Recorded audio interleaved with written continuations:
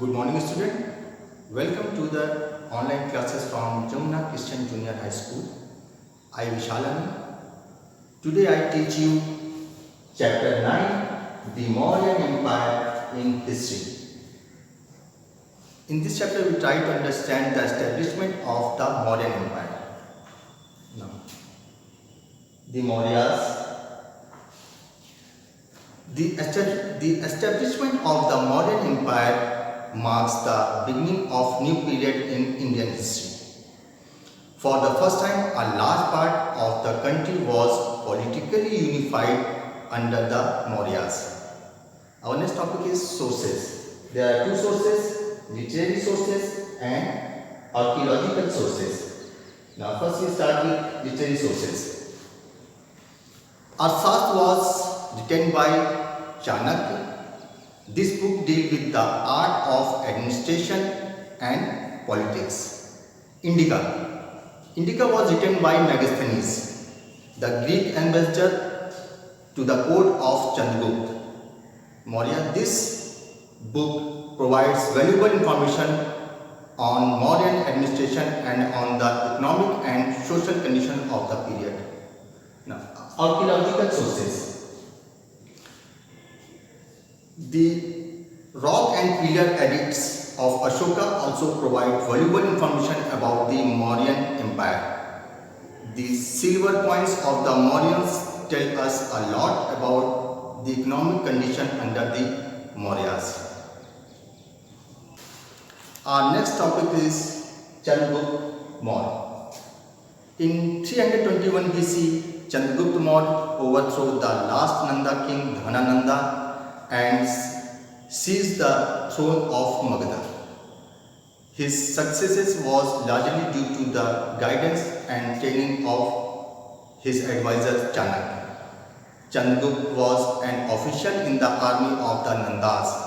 He wanted to overthrow the extremely unpopular Dhanananda. He escaped to Punjab where he met Chanakya, a learned and was Brahmanas scholar and a teacher in Takshila University. Chanakya, who had a personal guide against Dhanananda, trained Chandragupta in the art of warfare and administration. He helped Chandragupta to organize an army and seize the throne of Magadha by overthrowing Dhanananda. Chanakya's guidance was as valuable and important as Chandragupta's bravery and military strength in laying the foundation of the Mauryan Empire. A few years after Alexander's death, fighting broke out between his general was the control of his vast empire. Seleucus, one of the Alexander general, became the ruler of territory stretching from Asia Minor to the Indus in 305 BC. In 305 BC, he crossed the Indus to recover the territories that Alexander had conquered earlier. Chandragupta Maurya defeated him and freed northwestern India from Greek control. Seleucus was compelled to sign a treaty according to which he had to give eastern Afghanistan, Balochistan and areas west of the Indus to Chandragupta. He gave his daughter to Chandragupta in marriage and sent Megasthenes as ambassador to the Chandragupta Maurya's court. In return, Seleucus received 500 war elephants. Chandragupta Maurya built a vast empire which was the first great empire in Indian history. By the end of his reign, the Mauryan Empire stretched from the Hindu Kush in the northwest to Bengal in the east, from the Himalayas in the north to the Narmada in the south. The powerful kingdom of Kalinga in the east, however, was independent. Now, our next topic is Bindusar. Chandragupta Maurya was succeeded by his son Bindusara, who ruled for about 25 years. During his reign, the empire extended up to Mysore. He was succeeded by his son Ashoka. Now, next topic is Ashoka. When Ashoka ascended the throne in 273 BC, Kalinga was the only kingdom that was not under Mauryan control. Kalinga was a powerful kingdom. It controlled the land and sea routes to South India and Southeast Asia. Control of this region would give Ashoka the key to greater economic prosperity. In 261 BC, Ashoka attacked Kalinga and conquered it after a bitter struggle. His empire now stretched from the Himalayas in the north to Mysore in the south and from the Hindu Kush in the northwest to the Brahmaputra. In the east, it also included Kabul, Kandahar, Herat and part of Nepal and Kashmir. Ashoka victory in Kalinga did not bring him any joy and satisfaction. The death, destruction and great human suffering in this war filled his heart with sorrow and remorse. The Kalinga War became a turning point in Ashoka's life. He made up his mind to give up warfare and conquer the heart of people with love. Ashoka was deeply influenced by the Buddhist principle of compassion, peace and non-violence.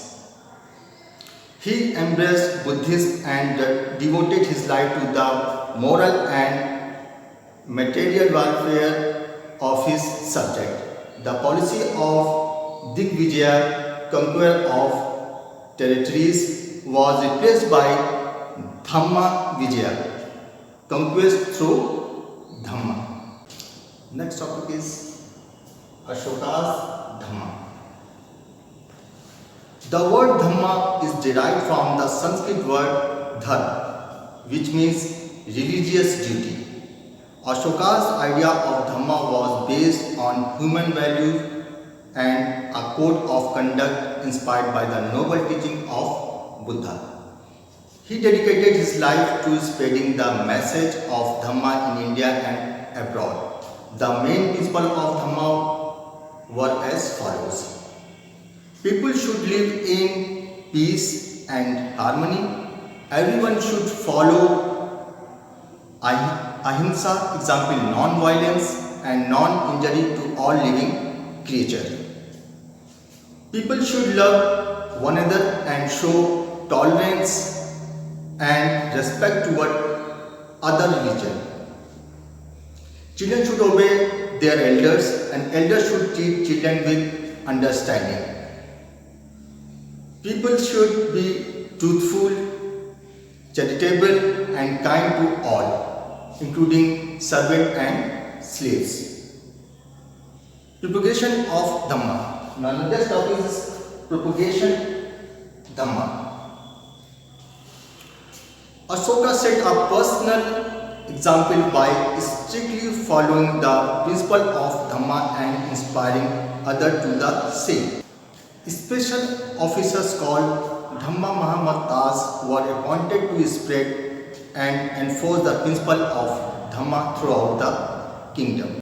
The principles of Dhamma were engraved in Prakritik on rock pillars and caves so that people could read and follow them.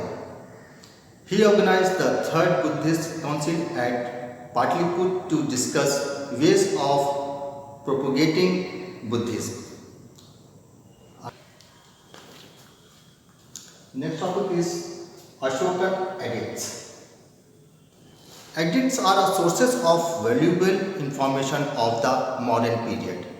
They are royal commands or proclamation and were inscribed on rocks, polished stone pillars and caves. Edicts were composed in Prakrit, the language of the people, and written in the Brahmi script. In the northwest, they were written in Greek, Kharosthi, and Aramaic. Ideals of kingship. Next topic is ideals of kingship. Ashoka was one of the greatest kings in the history of India. He believed that the rules of the king was that of a father to his children, so he worked for the prosperity, happiness and welfare of his subject. He appointed officials called Mahamatas to carry out administrative work. He built good roads and planted shady trees on both sides of the road. Walls were dug and rest houses were built for weary travelers.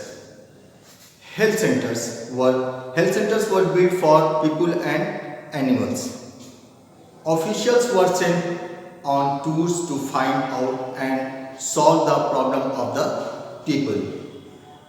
Ashoka occupies a unique place in the history of human civilization. He was the first monarch in the ancient world to renounce war after a victory and proclaim peace and non-violence. He campaigned the cause of universal brotherhood and tolerance. In the word of historian H.G. Wells, amidst the tens of thousands of names of monarchs that crowd the columns of history, the name of Ashoka shines and shines almost alone a star. Now children, this is all for today. Read the chapter once again and learn the main topics. Also, thank you.